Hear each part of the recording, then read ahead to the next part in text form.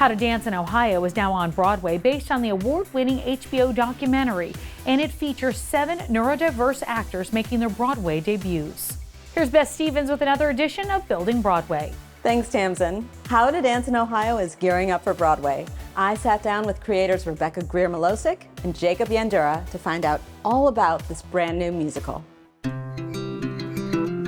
So this is your Broadway debut. It is. It is. So let's talk about and introduce to people what this show is.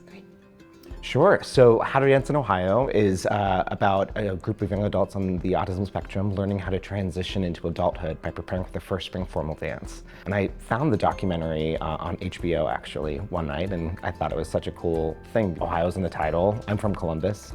And around that same time... So you were just like scrolling and you were like... Just scrolling. That one. Yeah.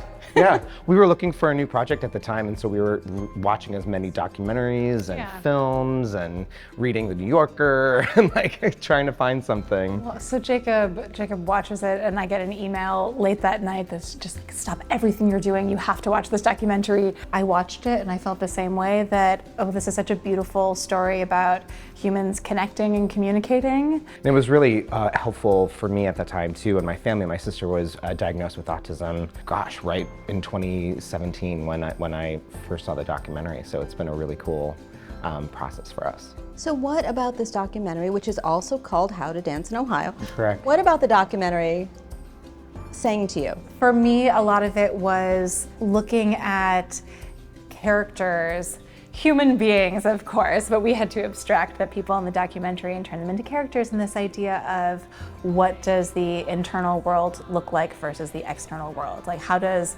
again, communication happen with this group of people, both autistic and allistic, which means non-autistic? And seeing, how does song function with a character who is perhaps so shy and introverted that they can't even say 3 words, to their friends. How do we find the lyric to express what's happening internally? That was a great challenge. Well, and I think music in itself is universal, and I think the universal need of wanting to connect with someone, another human being, and that idea of building community together was so singable to me, and it's high emotion.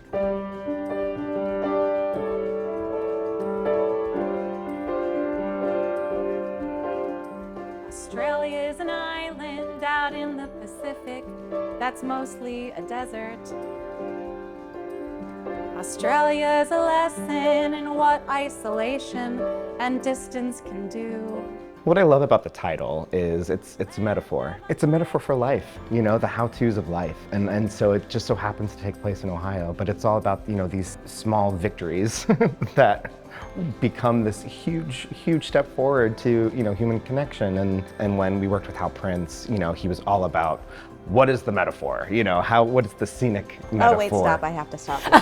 So you just mentioned the legendary Hal Prince, Yes. producer and director, who's no Yes. longer with us. No longer. And he was part of the early development of this musical. So I want to hear what you learned from Hal Prince.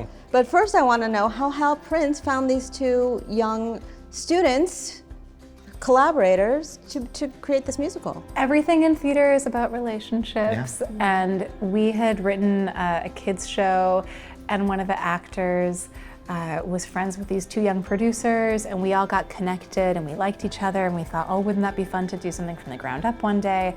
And one of those producers, Ben Holtzman of P3, the producers of our show, was working in Hal's office, and Hal was mentoring Ben as a producer. And the day after Prince of Broadway opened, Hal said to Ben in the office, I want my next show to be about autistic people. Oh. And Hal's granddaughter is autistic, and we did not even know at the time, but the documentary How to Dance in Ohio is dedicated to Hal's granddaughter because the families are friends. And you didn't know that when you were doing your midnight we scrolling? had no idea. No idea. No. So you were already sort of getting the ball rolling with this, and then the biggest Broadway legendary producer of all time had a connection. It was surreal. That's very serendipitous. So he said, bring the kids in, and he called us the kids, and it was such a cool thing. So we had a 2-hour meeting. In that meeting, he said, if you want to write musical theater, you have to create history. And he looked at me and he goes, Jacob, be Bernstein. And, and like, okay. And now here you are. And now here we are. Are you It's being crazy. Did you do it? Oh, yeah, right. But what he meant is, create something that is totally you, that is unlike anything we've heard before, and be daring. Well, you're making history in several ways, and one is that these performers are autistic adults playing these characters that are autistic. So tell me about why that was important.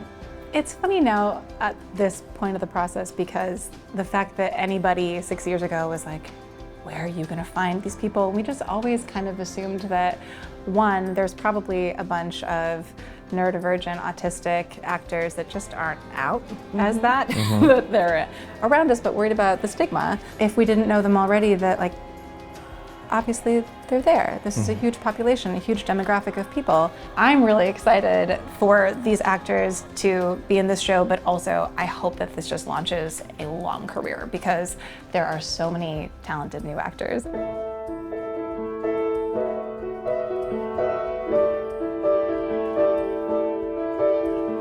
Australia is the evidence that what we call nature is not always normal. It also is financially a destination out of my reach. So tell me about your collaboration. You've worked together for a long time. Oh, yeah. What makes it work so well? We met at the musical theater writing program at NYU, and before we met, I was writing music and lyrics, and Rebekah was writing music and lyrics both. Yeah. But in the program, you can only do one, because it's all about collaboration. And both of us went to the program looking for collaborators to write songs with. Right. But I think because we had both done the other side, opposite.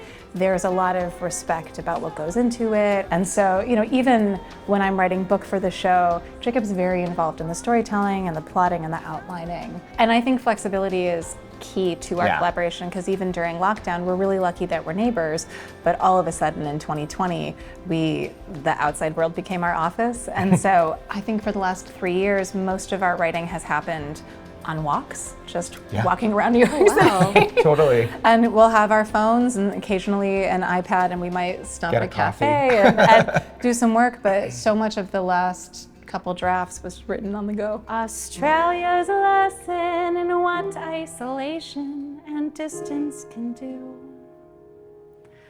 A land of unlikely animals, so strange they couldn't possibly be true.